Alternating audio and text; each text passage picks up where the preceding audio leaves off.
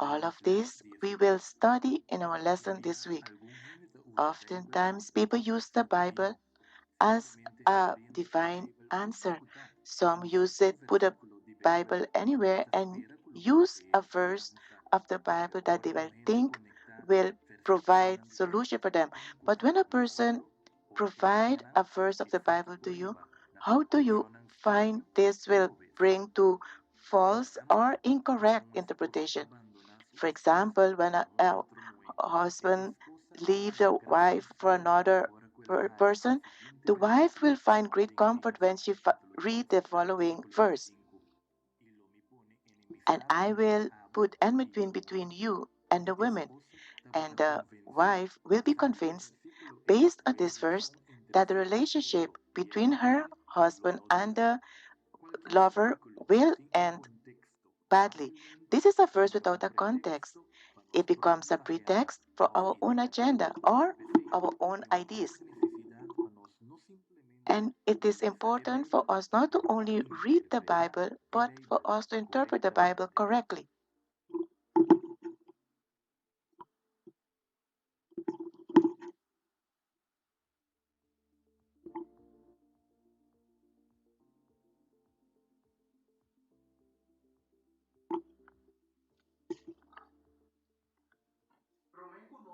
Before we enter the review of the Word of God, I will invite you to pray, to invite the Holy Spirit to guide us in the study this morning. Let us pray. Lord God, we would like to thank you. Thank you for your mercy. Thank you for your love. At this moment, Lord, that we are going to review the lesson that we have studied this week, we ask you to allow your Holy Spirit to guide us so we can understand your word and also we can apply this in our lives so we can be better Christian in our community. Awaiting Jesus' second coming in the clouds, thank you for your blessing. We thank you in the name of Jesus Christ. Amen. In this form, we will start today with reviewing of the Sabbath School lesson 6. We are discussing this week about why is interpretation needed.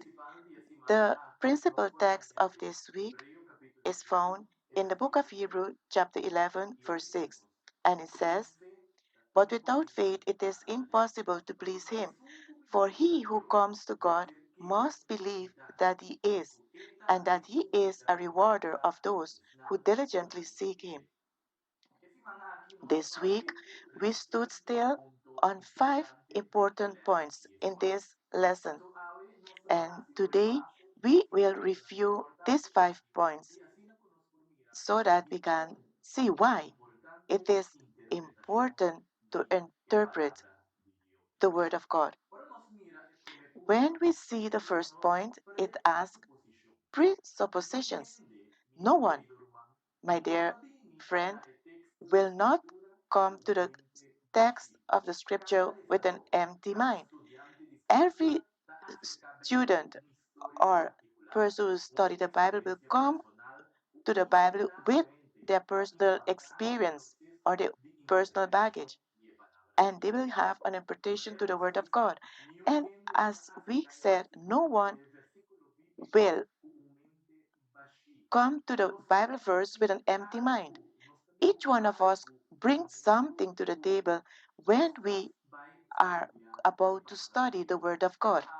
But today, we must know, in order for us to study the Word of God in the correct form, in order for us not to see anything different that is not what it is important for us to invite the Holy Spirit at the moment we are about to study the Word of God and ask Him to help us to interpret the Word of God as it is.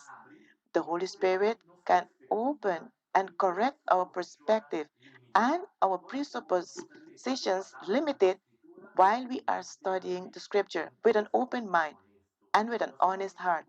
It is very important for us to come with an open mind and an honest heart at the moment of studying the Word of God.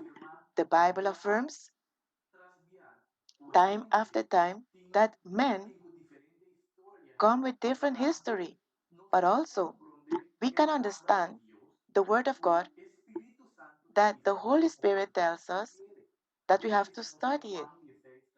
In John 16:13, it tells us that the Holy Spirit will guide us into all truth and it will give us the best interpretations of the Word of God. Only we need we can get a true knowledge of the scriptures with the help of the Holy Spirit when it comes to the word. When we're going to study the word of God, we must leave at the door our personal opinions, our ideas that we have inherited.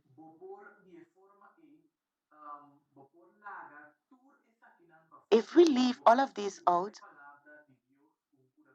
we can study the Word of God with an open mind and listen to what God wants to share with us through His Word.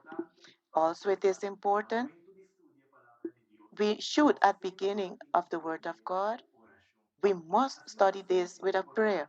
It is very important and interesting that we need to know that the first word, presupposition,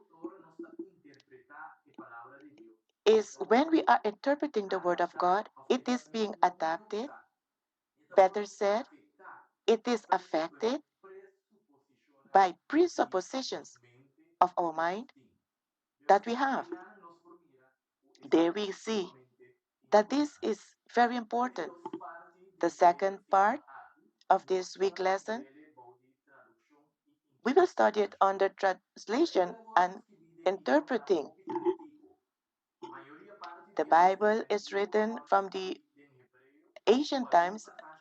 Most of the passages were written in Hebrew or Aramaic, and the New Testament was written in the Greek language. The majority of the population today cannot talk nor read these foreign languages. That's why the Bible has been translated in very modern languages like Papiamento, English, French, Dutch, and other languages. As all of us know, as a good translator know, each translation always entails a certain level of interpretation. When you translate, in order to translate in the best form possible, you must interpret what the person is saying in order to translate it for another person to understand it, what the other person has said. Some words in a language does not have the same equivalent in another language. There we find the art and the ability of translating carefully and then interpret text. This is called hermeneutic. Hermeneutic is the art and the ability of translating and then interpreting text in a form that we can understand them. If we understand the principal purpose is to transmit the verses of the Bible in the best form possible and help us how to apply this appropriately in our lives. Otherwise, you might have a good hermeneutic of the Bible verse. We would apply the teachings wrong in our lives. That's why it's very important to have a good translation, the verses, and interpret them in a correct form. The third point, we will see about the Bible and culture. It is necessary to have a knowledge of the culture of the people so we can understand certain script parts of the scripture. Why it is important? In those times, the Oriental culture, where the writers of the Bible were,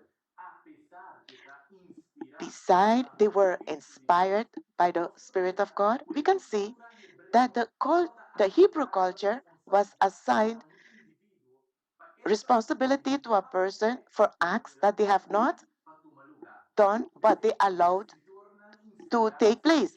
That's why the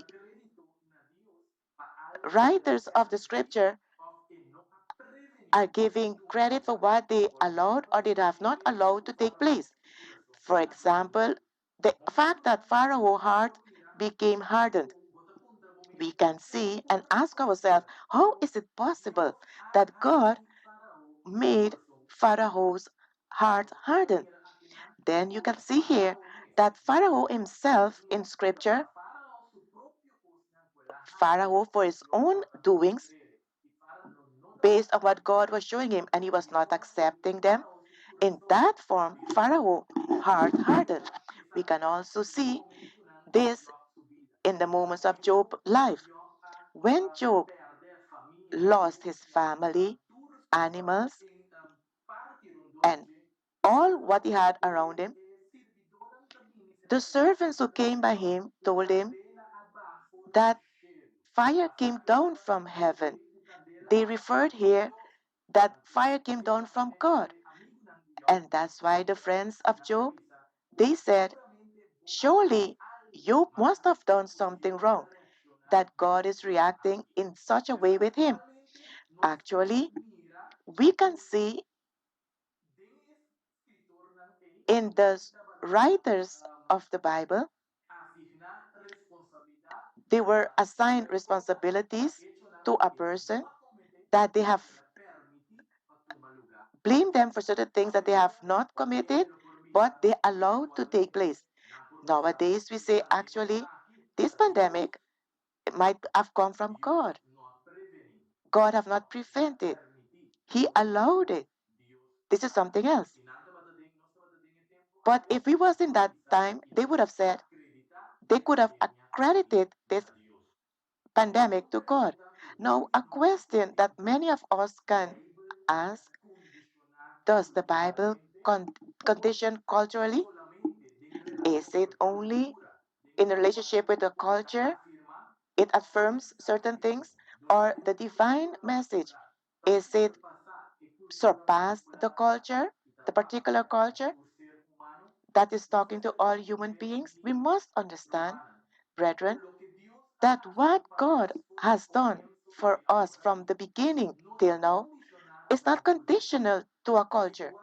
If we look carefully at the beginning, Adam and Eve did not have any culture, but as the days passed, culture came into the scene. But sin have the same name in all cultures. In every culture, there's only one salvation. There's only one name under heaven that can save us, which is Jesus Christ. Notwithstanding the culture, sin is the same and salvation is the same. Now, if you take one and add one in any culture, it will add up to two. In certain culture, they will not say one add one is three. Automatically, one plus one is two.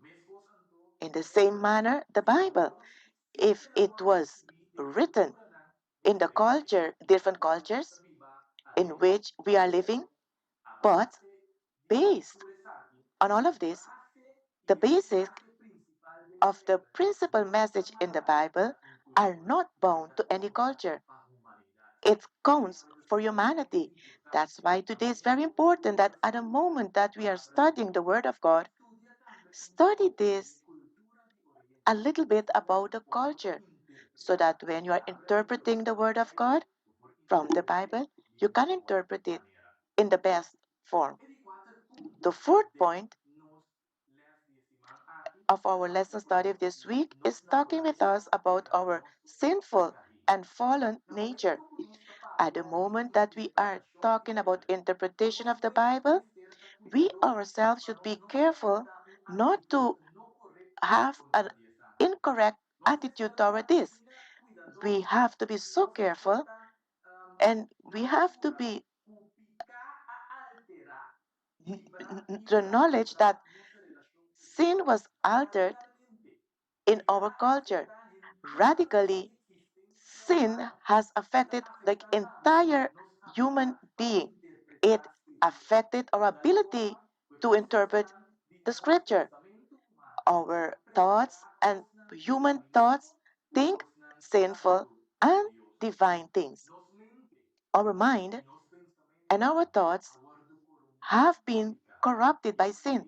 That's why we are closed for the word of God and his words. We must know that sin brings doubt, which brings us to incline not to believe in the word of God.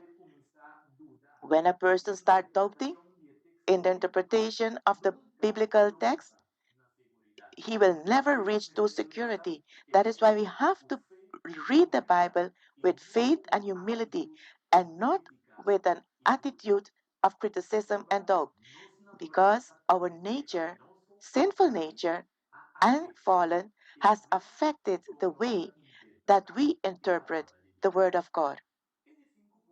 The fifth point in the lesson study of this week asks us why interpretation is important, why an understanding clearly of the scripture is so important for us, not only for as an individual, but as a church. As we have said earlier, the most important fact in the Bible is the point about salvation and why we are saved. In order for us to know this and understand this, what does the Bible teach us about salvation depends on our interpretation.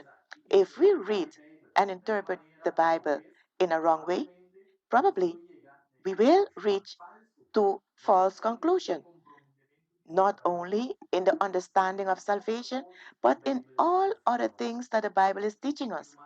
Brethren, it is very important that with what intention are you studying your Bible? With which intention do you open the Word of God? If you're studying your Bible to, to, to hurt others or to show others that they are wrong, then you will interpret the Bible wrongly. You will interpret it in a wrong way. The enemy will find a space to guide you in error because you have given him that opportunity. The Bible is so important because we only have the Bible to tell us what we have to believe, how we have to live. The fact about interpretation of the Bible is about theological and mission. Not, mission, the interpretation of the Bible cannot be so the unit either the unity of the mission of the church. You and me, we have a message to take to the world. But if we are confused about the meaning of this message that we give to the world, our message to others will not be efficient. That's why today I would like to make a special call to each one of us. At the moment that we are about to study the Word of God, go to God. Approach God without any presupposition about your thoughts about your culture. Come to Him with an open heart and a humble heart, with a faith, a heart without doubt, yet filled with the Holy Spirit, inspired by the Holy Word, and ask God to help us to interpret and apply the Word to our heart. And finally, we will find that the Word will be effective to us, and we will do what Jesus told us to do, that is, receive forgiveness for our sin in our life. I invite you to study our lesson study, because we know that only by studying we can see our Redeemer coming in the clouds of heaven. May God bless you.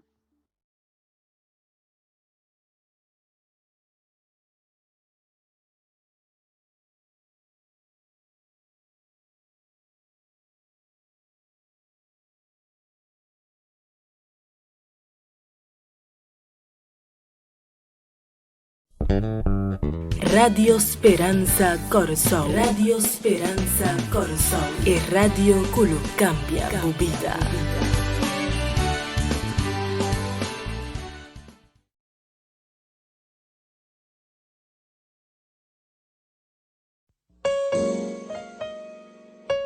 Het maakt niet uit wat je doormaakt. Ik weet dat je dit kan doorstaan. Want mijn leven is in zijn hand. You don't have to worry, and don't you be afraid. Joy comes in the morning. Troubles, they don't last always. for there's a friend in Jesus who will wipe the tears away. and if your heart is broken, just lift your hand. just lift your hands and say, I know that I can make it. I can stand. I know that I can stand. No matter what. No matter what may come my way. My life is in your hand. voor mijn broeders en zusters. Luister. Maak je nou geen zorgen. En wees vooral niet En bang. wees vooral niet bang. Bij dageraad komt vreugde. Dageraad komt vreugde. Vernieuwing als de zon opkomt. Vernieuwing als de zon opkomt. Luister. Weet op Jezus kan je bouwen. Hij is mijn steun. Hij is jouw steun en toeverlaat. En in elke situatie. In elke situatie. Zoek de Heer. Zoek de Heer, want Hij staat klaar. Kom. Oh, met Jezus zal ik winnen. Standvastig. Standvastig zal ik zijn. Het maakt niet uit. Maakt niet uit hoe zwaar de strijd mag zijn. Ik plaats mijn leven. Ik plaats mijn leven in uw hand. Jezus, u bent mijn heiland. Jezus is mijn Halleluja. heiland. Met hem win ik de Met strijd. hem win ik de strijd. Het maakt niet uit. Maakt niet uit hoe zwaar de strijd mag zijn. Ik plaats mijn Ik plaats leven. mijn leven in uw hand. Niet te veel voor het samen maar in het papiamento. Oh, zie. Misa. Mi da un vencedor. Luister. Het maakt niet uit. Maakt niet uit hoe zwaar de strijd mag zijn. Ik plaats mijn Ik plaats leven. mijn leven Dank u, Vader. Dank in u, uw Mama. hand. Ten Christo. Cristo lo mi vencer. Met hem win ik de Met strijd. hem win ik de strijd. No te importa. No importa con Halleluja. e luchata. Ja, mama. Ik plaats mijn leven in uw hand. Vamos op llamas. Misa. Por mí lo lograr. Mi da un vencedor. Y da un vencedor. No te importa. No importa con duro e luchata. Tempo man. Mi vida. Jezus, u bent mijn heiland. Jezus is mijn heiland. Met hem win ik de Met strijd. hem win ik de strijd. No te importa. Maakt niet uit hoe zwaar de strijd mag zijn. Ja, mama. Tempo man mi vida. Halleluja. Wees bemoedig. Tayo kurasha. Ik plaats mijn leven in uw hand. Tempo man. Mi vida.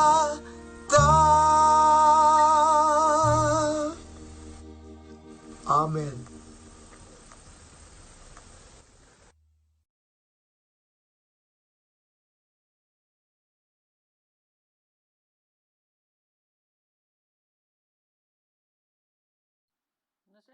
Our scripture reading this morning is found in the book of Matthew, chapter 16, verse 13 up to 18. We're going to read it. When Jesus came into the region of Caesarea Philippi, he asked his disciples, saying, "Who do men say that I, the Son of Man, am?" So they said, "Some say John the Baptist, some Elijah, and others Jeremiah, or one of the prophets." He said to them, "But who do you say that I am?" Simon Peter answered and said, "You are the Christ, the Son of the living God." Jesus answered and said to him, Blessed are you, Simon Bar Jonah, for flesh and blood has not revealed this to you, but my Father which is in heaven. And I also say to you that you are Peter, and on this rock I will build my church, and the gates of hell shall not prevail against it. We are going to pray now. This morning, our good Lord, we would like to thank you for the fact that the Lord has blessed us with health and life. Thank you for taking care of us throughout the entire week. Thank you for the protecting us and our family and our loved ones. At this moment, Lord, we would like to place at your feet the situation in which the entire world found itself. We are in a situation where we have not pre-seen, and we know that you're God and you know everything. That's why, Lord, we place at your feet all those that are involved in the situation of this pandemic, especially those who are busy with how to deal with this coronavirus. Give them the knowledge, the guidance that they need when they are making decisions, that these can be according to your will. Be also in a special way with the sick, so that soon they might be recovered. Also be, Lord, with your gospel in the situation in which we are living, that this can reach all around the world. As we are living in difficult times, that we are able to comfort others, and others might receive peace and comfort in this. This morning, we ask you a special blessing on Pastor Kook and the message, and also allow him to speak the word that you have anointed his lips with. Give him the peace, the counsel, and hope. Thank you, Lord, for hearing us. We ask in Jesus' name. Amen. Good morning and a happy Sabbath. We would like to thank God for the opportunity that we have to study His Word once again. And our greetings go to the churches in Curacao, Aruba, and also Bonaire, and also for our brethren around the world, wherever they are following us at this moment. We thank God for His caring, His mercy, and how He has been protecting and guiding us so that today, once again, we could meet, even though it is by the means of digital venues. We thank God every time that we can open His book and He can talk with us, give us the hope, the comfort, and the in a time like how we are in right now. This morning, the Lord has placed upon my heart to talk with us about the topic upon this rock. You must have heard me saying one time that there are three important definitions, decisions that people take. The first one, which profession, which vocation you will follow, because generally we spend 8 hours doing our vocation to gain our daily bread. The second important decision that each one of us take in life is whether we will get married and with whom we will get married. And the third one, the most important one, because this you cannot choose. You can choose where you can work, you can choose who you can marry to, but the fact about salvation is a decision about life and death. We are talking about eternal life or eternal death. So, three important decisions concerning our vocation, our job, the second one about our marriage, with whom we will marry, and the third concerning our salvation. What are we going to do with God? What are we going to do with Jesus Christ in our life? For all these three decisions, it is very important for us to understand the identity of the one we have to deal with. Either it is with our job, or with whom we get married, or with our salvation. It is very important. Throughout this week, on the 5th of May, to be exact, I have read how the court in Aruba had rejected to annul a marriage where a woman has used a false name. E pareja This na couple casa na aya married 2005, in the year para 2005, mais exacto, 14 de to be dezembro. exact, the 14th of December, 14 anos depois, and 14 years depois de uma vida after. de estresse They have juntos, lived together dia for 27 de 14 abril, years. On esse the senhor 28th of aviava April, em this Colômbia lady e as traveled to Colombia. autoridades de There, Colômbia the authorities of Colombia a detener detained por her possessão de for pasaporte possession falso. for the having been in possession of a Investigação false passport. a revelar Investigations que a revealed senhora that se this casa lady com nome falso, was married with nacionalidade a falso false name, false e idade nationality, falso. and a false E age. mulher This lady alaga passa que tem 5 anos make mais velho. believe that he was 5 years younger. The court found Uso de identidade falso that the use of não é false irrelevante identity at the para moment of relevar marriage is ou para a irrelevant validez to, do matrimônio. to validate Outra the visão, marriage. o The trabalho court com said persona it has to quer do dizer with a nome da person casa. with whom the man Não está married, é nome and not for the nem name, fecha nor do neither the date casamento. nor the place of Hecho marriage. que The ele não fact is trata com that casa com gênero vez. he did not marry to the wrong person. Ok, juez e corte Based on that, foi matrimônio the judge in the court válido. decided that the marriage is valid. They didn't leave them no order um, for the Arubian gentleman to walk the procedure to get a divorce because the court find that the marriage is valid. My position this morning is if identity is important for with the person that you get married with, how much important identity is when it comes to your Savior, the foundation of your spiritual life. Cristo, Christ, seu trabalho na terra, his work on estava earth chegando no seu fim. was reaching its end. Ora, os discípulos And when the observando a sua disciples agonia, saw his agony was nearing, pronto, soon ele será abandonado, he had to abandon them ele será não estará enfrentar o mundo and they had sem to consolo confront de sua the world presença. without the comfort of his presence. Estava a verdade? It was true Ora, visto seus discípulos that he could not told his disciples everything. Jesus told him he have a lot of things to tell him, but you all cannot support all of these at this moment. So Jesus had a list of things that he wanted to do on the face of the earth. There are things that the disciples needed to know before Jesus died, before he returned to his Father. Jesus knowing that his end was near when he had to suffer and die, he stopped teaching, spending much time teaching the crowd and spent more time to the disciples. It seemed as Jesus had a list of things he wanted to carry out. There were things that had priority for Jesus on the face of the earth, things that he had to comply with before he abandoned planet Earth. What happened at Caesarea and Philippi was one of the things, one of the priorities that Jesus had. It was a crucial moment for the life of the ministry of the disciples. In Matthew chapter 16, verse 13, when Jesus came into the region of Caesarea Philippi,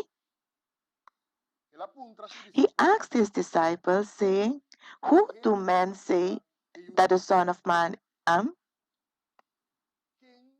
Who do men say that the Son of Man is?"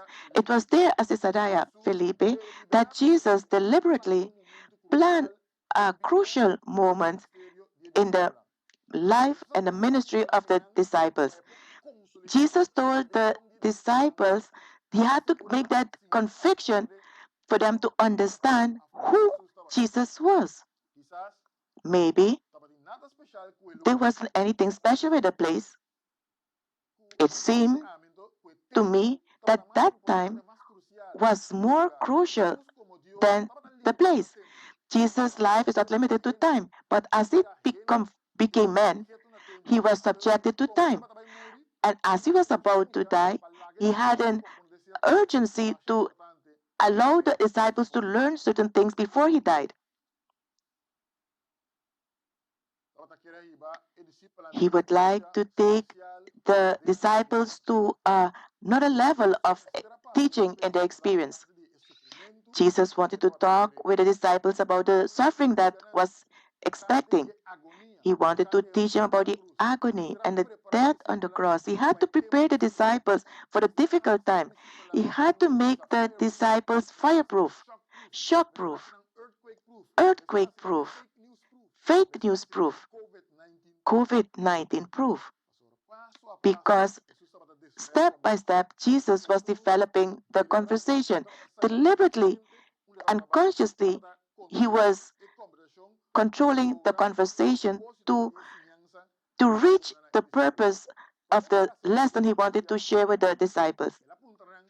Before he reached there, he asked the disciples, "Who do men say that the Son of Man is?" Jesus knew where he wanted to go with that question. He was asking this question to make the person. Some they answered that some say that you are John the Baptist, some say Elijah, and others say Jeremiah, or one of the other great prophets. Now John the Baptist and Elijah fall under the prophets, mostly the precursors of.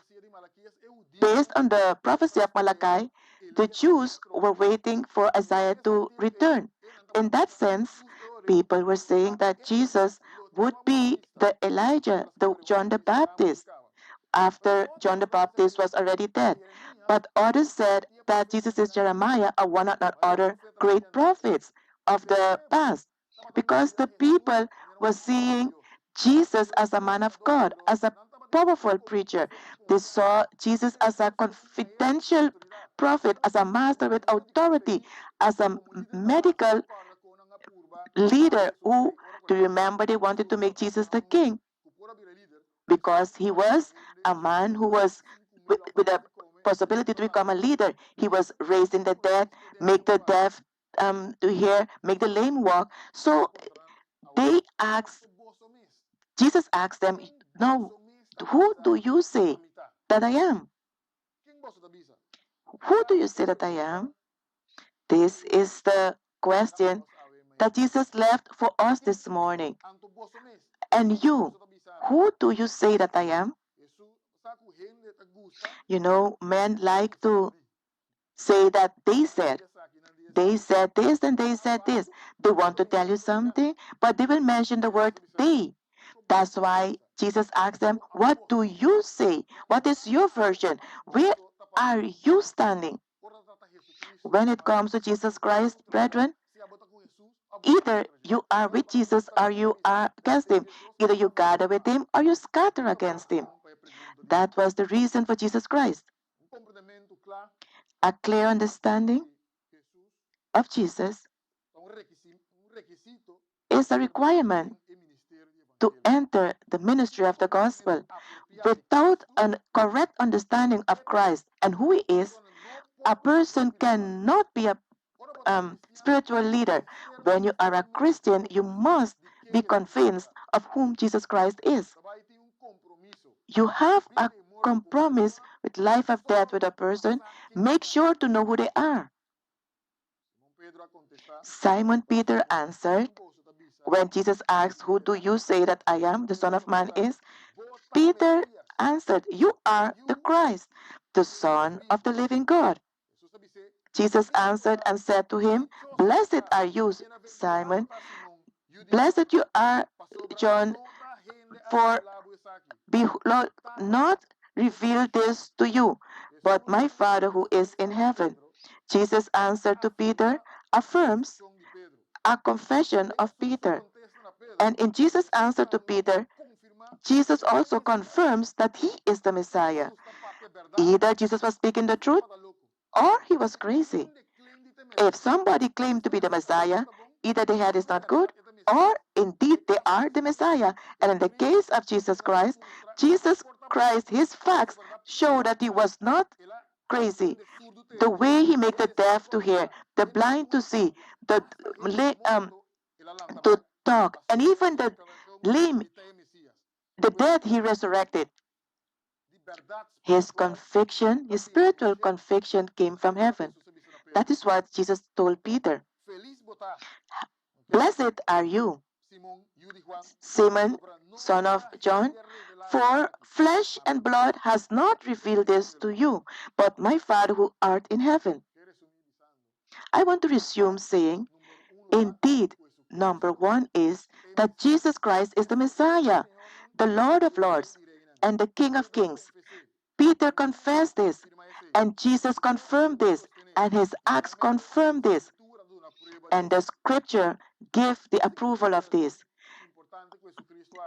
An important declaration that Jesus made in Matthew 16:18, and Jesus, after Jesus affirmed, Peter answered, he said, and I say to you that you are Peter, and what a rock, and on this rock I will build my church, and the gates of hell shall not prevail against it. Jesus declaring here that the foundation and the destiny of his church, the foundation and the destiny of the church are related to each other. The destiny of the church, that death will not prevail against it, is because of its foundation, and the foundation is Jesus Christ. Jesus used two words while he was talking to Peter. He made a game with words. Jesus told Peter, you are Peter, meaning a rock, and upon this rock I will build my church. Jesus used two words for rock, a rock, a stone, and in nowhere he needed that a rock on which he was going to edify the church was Peter, because grammatically this does not make any sense.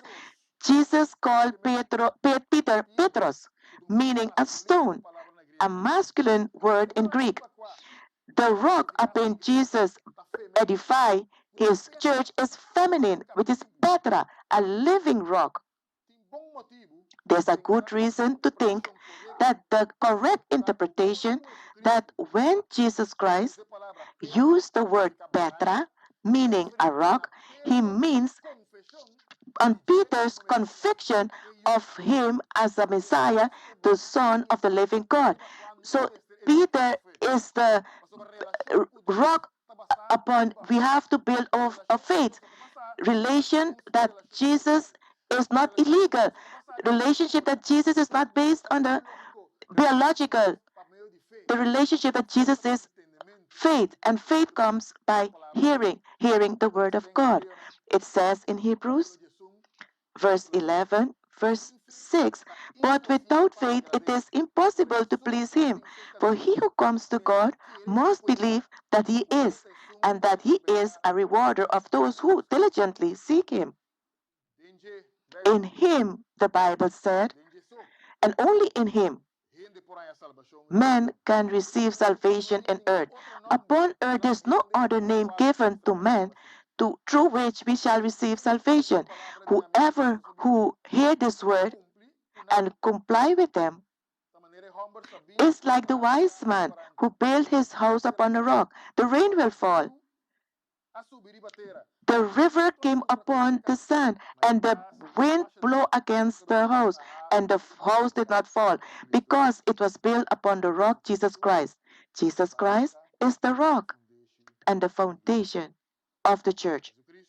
Jesus Christ, the creator of heaven and earth, came upon this earth. He died in Bethlehem. He received refuge in Egypt, was baptized in the River Jordan, made a lot of miracles in the area of Galilee, finally died in Jerusalem. The figure of Jesus Christ is a real person who lived in a real world. But thus the word that it gives from the beginning, that he created everything that we can see today, became flesh and lived among us. After his death, things did not finish because he resurrected and he went back to his Father in heaven. The Apostle Paul gave testimony saying, after the third day, he raised from the dead, as the scripture confirms. He appeared on Cephas and upon the 12 apostles, then appeared unto more than 500 brethren at the same time. Some of them died, but the majority of them are still living. Afterwards, he appeared to Habakkuk, and then to the apostles, and for the last, unto me. Beside the fact that Jesus, who created, became man and made himself known to us, prophecies of the Old Testament, prophecies of the Old Testament that all was fulfilled because Jesus Christ is the foundation of the Bible. And when it comes to the future, the Bible also tells us. Let us turn to the last book of the Bible. It is very sweet that when you read a book, you want to see how the book ends. And if we turn to the last book of the Bible, Revelation chapter 17, verse 14, it shows us how this whole battle will finish. Chapter 17, Revelation, verse 14 tells us, these will make war with the Lamb, and the Lamb will overcome them. For For he is Lord of lords and King of kings, and the Lamb are called, chosen, and faithful. This is what the Bible is saying. I like the way the Holy Bible said it. These will make war against the Lamb, and the Lamb will overcome them, because he is Lord of lords and King of kings. And those who are with him are called, chosen, and faithful. What the Bible is telling us here, when God looks into the future and he reveals to us that in future, Jesus, the Lord of Lords and King of Kings, he will be triumphant. He will win the war. He will be the winner. And it's not only him, but he said that all those who are with him who are those who are chosen, the called, and the faithful. Who are those? Those are his church, his disciples. They are the called, the chosen, and the faithful. Yes, we will confront difficulty. Yes, we will face trials because it said here that the powers of this world will do war. It will not be easy for the church. It is not easy for the church now either. There will be deceit. There will be injustice. And Satan always works very dirty. You can expect any evil from it because we do not fight against flesh and blood. Because our fight is against an invisible enemy. Just like the coronavirus, we don't see it. It is a war that is invisible and spiritual, but it manifests itself in every form: physical, mental, social, environmental, emotional, digital, and you can continue mentioning. But Jesus Christ will overcome. Jesus Christ will overcome. His church will be triumphantly and overcome together with Jesus Christ. The power and majesty, brethren, did not establish this church. For that reason, power and human majesty can never destroy it either. The church is founded not upon a rock, not upon a stone of human force, but upon Jesus Christ, the rock of all ages. That's why the gates of hell cannot triumphant against him. The presence of God gives stability to his cause. Do not believe in princes, not or even in Son of Man, who have no, we cannot trust in. Our only force, Isaiah said, is found in remaining calm and confide in Jesus Christ. The work of God founded on eternal principles upon what is correct will never end in naught. He will continue being the force, not for speed, nor by might, but by my spirit, the Lord of hosts said. When God created his children, his people, his church, his small groups, the two people he placed in the Garden of Eden, the enemy teased them and make and they ended for destruction. But God intervened and he said that their descendants will bruise the head of Satan. God promised to the patriarch Abraham that his church, that Abraham's descendants will be strangers in a place that is not theirs, that is Egypt. For 400 years, they will remain captive there. They will be oppressed there. But I will punish the nations where they will be captive. And after that, they will leave that place with a lot of treasures. And the prophecy was fulfilled because all sovereignty, Jesus walked with his people throughout the history of this world. The church exit Egypt as slaves. It reached a place without any exit. God opened the Red Sea for them to walk through. Paul in the Corinthians gave this testimony. Brethren, I do not want you to forget what happened with our ante, ante, an- fathers before us. All was under the, all crossed the Red Sea. Through Moses, all of them received baptism through the sea. All of them ate the same food. They drank the same supernatural water because they drank from the spiritual rock which accompanied them, which is Christ through the cloud. Jesus is the spiritual one from which we eat. Throughout history, Jesus was triumphant because Jesus said, upon this rock I will build my church, and the forces of hell will not prevail against him. The church had passed through war. The church passed through different attacks, in and without, pandemic, financial crisis, idolatry, and a different attack came to the church, but always the church was triumphant, and it will always be triumphant. We have no reason to be fearful, nor for the past, nor for the future, because the prophecy tells us that they will war against the Lamb. But the Lamb, together with his faithful servants, we will be, the Lamb is the higher authority, the King of all kings. Let's see what it says in the Bible. There will be war against the Lamb, but the Lamb will be overcome because he is the King of kings, Lord of lords, and those who are with him, the called according to his purpose, those who are chosen, the called, and the faithful. The truth, first truth, Jesus Christ is the Messiah. He is the Lord of lords and the King of kings. The truth, second truth, the church has been founded upon Jesus Christ, upon our faith in Jesus Christ. And the truth number three, that the church will be triumphant because Jesus is its rock. This morning or this afternoon, depend where you are following us, the time you're following us, to every church member, I will have to make an appeal. Remain faithful to your God, knowing that He will take care of you and He will take care of His church. Continue expressing your faith in God by means of prayer, Bible study, your tithes and offering. Last night, the pastor and his family had a privilege to have the Holy Communion together because God said every time you eat from this bread and eat from this cup, you will proclaim the death of Jesus Christ until He return again. So every time we celebrate the Holy Communion, we know that Jesus is soon to come.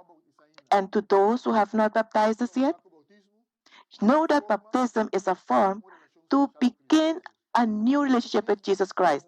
Baptism is a ritual established by God, meaning that we accept Jesus as our personal Savior by means of the forgiveness of our sins. We are preparing to have a special encounter with Him.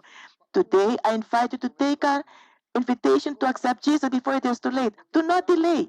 And if you need help with that, if you want us to pray with you, as you are making this decision, call us or make an app, send an app to the phone number 658 4697 685 4687. May God bless you this morning. And I would like to ask God's blessing upon you, that the God bless you, make His face to shine upon you and have mercy upon you, that God will shine upon you and give you peace, now and forevermore.